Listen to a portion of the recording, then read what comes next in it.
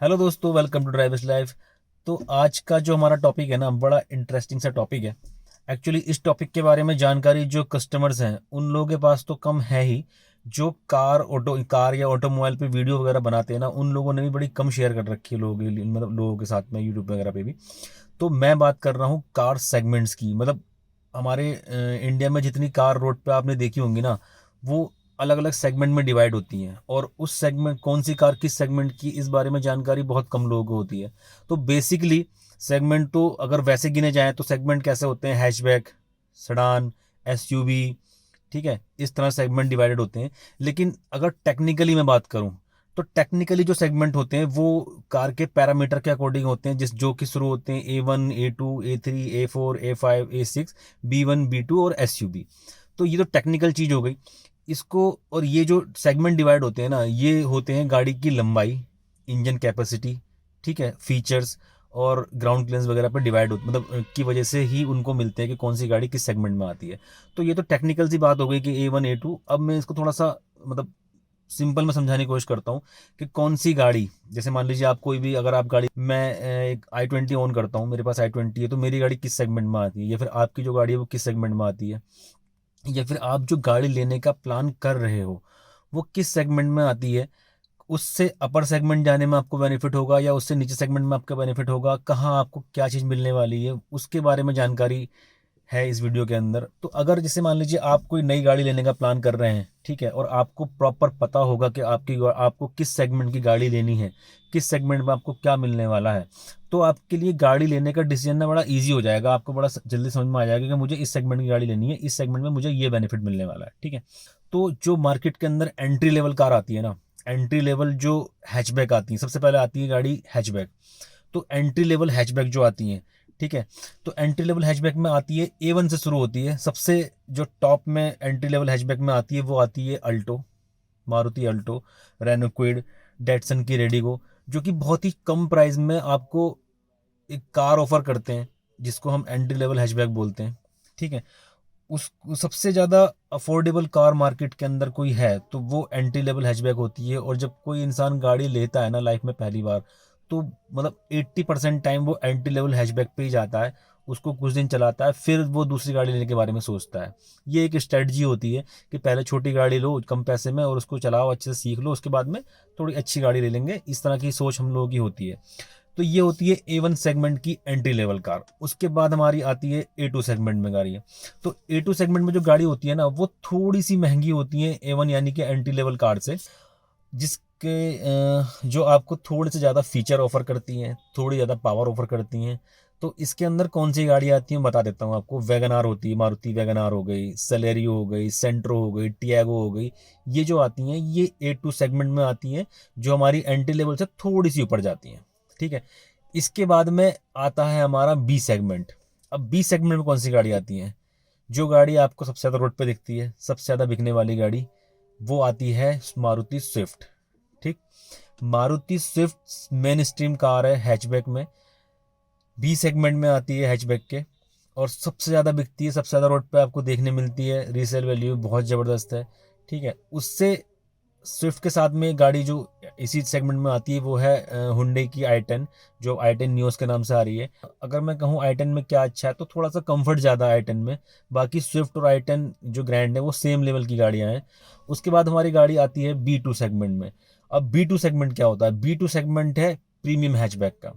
Premium hatchback मतलब i20, Baleno, पोलो, jazz.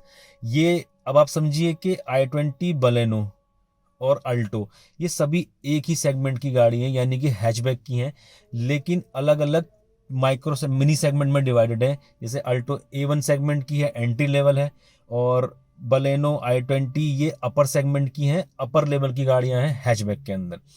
तो Baleno हो गई, i20 हो गई, पोलो हो गई, होंडा जैज हो गई, ये गाड़ी आती है प्रीमियम हैचबैक में। अब प्रीमियम हैचबैक जो होता है वो आपको इन सारे हैचबैक से थोड़ा सा महंगा मिलता है।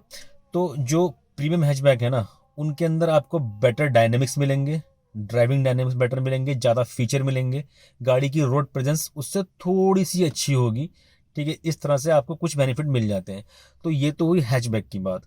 अब हम बात करते हैं सडान वैसे तो बहुत कम सेल होने वाली गाड़ियां हैं आज के ज़माने में, क्योंकि बहुत कम बिक रही हैं सडान, बहुत ही कम सडान आजकल बिकने लगी हैं। एक तो रोड की वजह से भी, और थोड़ा अब जो लोगों में क्रेज़ है ना वो एसयूवी का ज़्यादा है, सडान और उन सब गाड़ियों का थोड़ा कम हो चुका है। तो सडान भी अलग अलग सेगमेंट में आती है। सबसे पहले आती है सी सेगमेंट की सडान, जिसको हम बोलते हैं कॉम्पैक्ट सडान। अब कॉम्पैक्ट सडान में एक नाम सबसे पहले आता है, वो आता है डिज़ायर, स्विफ्ट डिज़ायर। उसके बाद आती है अमेज, टिगोर। ठीक है, इनमें आपको क्या मिलता है, एक्चुअली ये हैचबैक ही है, सेम इंजन होता है। अब ऐसा मान लीजिए स्विफ्ट में जो इंजन है वही डिज़ायर के अंदर है। बूट यानी कि डिग्गी आपको बड़ी मिल जाती है। अगर आपको ज़्यादा बड़ी डिग्गी चाहिए तो आप सी मतलब हैचबैक में मत जाइए, फिर आप सी सेगमेंट की कॉम्पैक्ट सेडान में चले जाइए, तो वो आपको ज़्यादा अच्छा बूट स्पेस कर देंगी, बूट स्पेस ऑफर करेंगी। ठीक है, अब इनसे ऊपर जो सेडान आती हैं, ठीक है, इनसे ऊपर सेडान आती हैं C2 क्लास की, जिसमें आती है होंडा सिटी और मारुति सियाज। ये थोड़ी सी महंगी होती हैं कॉम्पैक्ट सेडान के मुकाबले, लेकिन थोड़ा कंफर्ट ज़्यादा अच्छा होता है, फीचर ज़्यादा अच्छा होता है, इंजन उनसे अच्छा होता है। ठीक है, अब इसके बाद इसमें भी एक अपर क्लास आती है, वो आती है D1, यानी कि D1 सेगमेंट की सेडान। उसमें कौन सी गाड़ी आती है, Hyundai Elantra, Skoda Octavia, Honda civic, जो थोड़ी और महंगी है, थोड़ी और पावरफुल है, थोड़ी और फीचर लोडेड है। ठीक है, उसके बाद एक और अपर लेवल सेडान का सेगमेंट आता है, वो आता है D2, जिसमें आती है आपकी स्कोडा सुपर्ब, होंडा की अकॉर्ड। ठीक है, इन गाड़ियों में क्या बेनिफिट है, ये गाड़ी बहुत ज़्यादा सेफ होती हैं, बिल्ड क्वालिटी बहुत अच्छी होती है, इंजन बहुत स्ट्रांग होता है, फीचर बहुत अच्छे हैं। ठीक है, रोड प्रेजेंस आपकी उनसे बहुत बेटर मिलने वाली है, लंबी लगती हैं, अंदर स्पेस ज़्यादा हो जाता है आपको पूरा बैठने का। और जब आप एक सेडान चलाते हो ना, प्रॉपर सेडान, जैसे कि सुपर्ब हो गई और सिविक हो गई और ऑक्टाविया हो गई, जब इनको आप हाईवे पे लेके जाते हो ना, तब आपको फील आता है, तब आपको समझ में आता है कि क्या फ़र्क है एक सेडान में और बाकी गाड़ियों में, रोड पे चलने में। मतलब वो जिस तरह चिपक के चलती है ना, और जो उनके ड्राइविंग डायनेमिक्स होते हैं, वो एक्चुअली असली ड्राइविंग का मज़ा आपको देते हैं। लेकिन अब बहुत कम क्रेज़ हो चुका है इन गाड़ियों का, तो ये बहुत कम बिकती हैं। तो इनसे ऊपर फिर सेडान आ जाती हैं, लग्जरी सेडान, जो कि आती है आपकी मर्सिडीज़, BMW, ऑडी। तो वो लग्जरी सेडान में आती हैं। अब जो सेगमेंट है हमारा, वो सेगमेंट सबसे बड़ा सेगमेंट है, सबसे ज़्यादा गाड़ी उसी सेगमेंट की बिक रही है।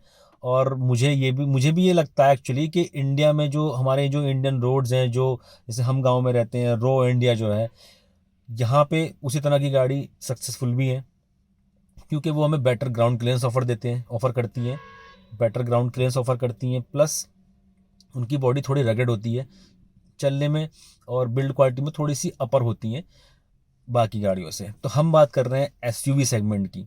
अब एसयूवी सेगमेंट के अंदर भी एक एंट्री लेवल सेगमेंट आ चुका है, जिसको हम बोलते हैं माइक्रो एसयूवी या फिर sub compact cross over SUV, जिसके अंदर कौन सी गाड़ी आती है, अभी कुछ दिन पहले लॉन्च हुई है टाटा पंच। बेटर ग्राउंड क्लियरेंस है, बेटर उसका जो उसकी बिल्ड क्वालिटी है बहुत अच्छी है। साथ में कौन सी गाड़ी आती है टाटा पंच के जो उसी सेम लेवल की है, वो है इग्निस, मारुति इग्निस। तो टाटा पंच जो है वो एंट्री लेवल माइक्रो एसयूवी है, कम प्राइस में, 5 या 6 लाख में, 5.5 लाख का शायद उसका बेस वेरिएंट है। 5.5 लाख में आपको सभी चीज़ें मिल जाती हैं। हाँ, पावर कम होगी, नो डाउट, 3 सिलेंडर इंजन होता है, 3 सिलेंडर इंजन है उस गाड़ी का, लेकिन ग्राउंड क्लियरेंस अच्छी है। अगर आपका बजट कम है, आपको क्रॉस ओवर एसयूवी पे ही जाना है, तो आप टाटा पंच कंसिडर कर सकते हैं, काफ़ी अच्छी गाड़ी है। उसके बाद में जो इसके बाद में हमारा सेगमेंट शुरू होता है एसयूवी का, वो शुरू होता है बी सेगमेंट की एसयूवी, जो कि जिसको हम बोलते हैं मार्केट के अंदर सब कॉम्पैक्ट एसयूवी, जिसमें कौन कौन सी गाड़ी आती हैं, Tata Nexon, XUV 300, Maruti Brezza और वेन्यू, किया सोनेट और फोर्ड की इको स्पोर्ट, जो कि बंद हो चुकी है लेकिन बहुत अच्छी गाड़ी थी। तो ये आती हैं सब कॉम्पैक्ट एसयूवी में, जो कि आता है सब 4 मीटर सेगमेंट के अंदर। सब कॉम्पैक्ट एसयूवी लेने का बेनिफिट क्या है, अगर आप B2 क्लास की प्रीमियम हैचबैक ले रहे हैं, तो उससे थोड़े से 1 आध लाख या 50-60 हज़ार रुपये एक्स्ट्रा डाल के आप सब कॉम्पैक्ट एसयूवी लेंगे, तो आपको क्या बेनिफिट मिलेगा, आपको बेटर रोड प्रेजेंस मिलेगी। ठीक है, आपको ग्राउंड क्लियरेंस ज़्यादा मिलेगा, आपको बहुत कम सोचना होगा कि गाड़ी यहाँ से निकलेगी या निकलेगी, मैक्सिमम जगह पे वो गाड़ी निकल जाती है। ठीक है, बॉडी थोड़ी सी रगड़ मिलेगी कि आप आराम से चला सकते हो उसको। उसके बाद में आता है हमारा सी सेगमेंट की एसयूवी। सी सेगमेंट की एसयूवी जो आती हैं, उसमें हमारी आती है Mahindra Scorpio, Renault Duster, Mahindra Bolero, Hyundai Creta, Kia Seltos. अब ये जो गाड़ियां हैं ना, ये बी सेगमेंट की एसयूवी से थोड़ी सी ज़्यादा महंगी होती हैं, ठीक है। लेकिन बेनिफिट क्या होता है, ज़्यादा पावरफुल इंजन इनके अंदर मिलता है आपको, ज़्यादा फीचर इनके अंदर मिलते हैं आपको, ये ज़्यादा कंफर्टेबल हो जाती हैं, ठीक है, ज़्यादा और स्ट्रॉन्ग हो जाती हैं, ठीक। अब इसके बाद में एक और सेगमेंट आता है, वो आता है डी सेगमेंट की एसयूवी। डी सेगमेंट की एसयूवी में आपको कौन कौन सी गाड़ी ऑफर होती हैं, उसमें होती है आपको Tata Harrier, Mahindra XUV 500, Mahindra XUV 700, और M G Hector, Tata Safari अब वाली जो बिना 4x4 के आती है, ठीक है। ये जो डी सेगमेंट की जो एसयूवी है ना, ये अगर आप लेते हो तो इसका मतलब क्या है कि आपने पहला कदम रख दिया है रियल एसयूवी के वर्ल्ड में, ठीक है। उसका मतलब मैं वो क्यों कह रहा हूँ, क्योंकि ये गाड़ियाँ थोड़ी बहुत ऑफ रोडिंग करने के लिए बनी हैं। टाटा हैरियर हो, चाहे एक्सवी 500 हो, चाहे नई वाली सफारी हो, आपने देखे भी होंगे कि ये गाड़ी थोड़ी बहुत ऑफ रोडिंग कर लेती हैं आराम से, कोई दिक्कत किस तरह की इनमें नहीं आती है। थोड़ी बहुत ऑफ रोडिंग के लिए, प्रॉपर ऑफ रोडिंग के लिए गाड़ी नहीं होती है, मैं पहले आपको बताता हूँ, थोड़ी बहुत ऑफ रोडिंग ही कर लेती हैं।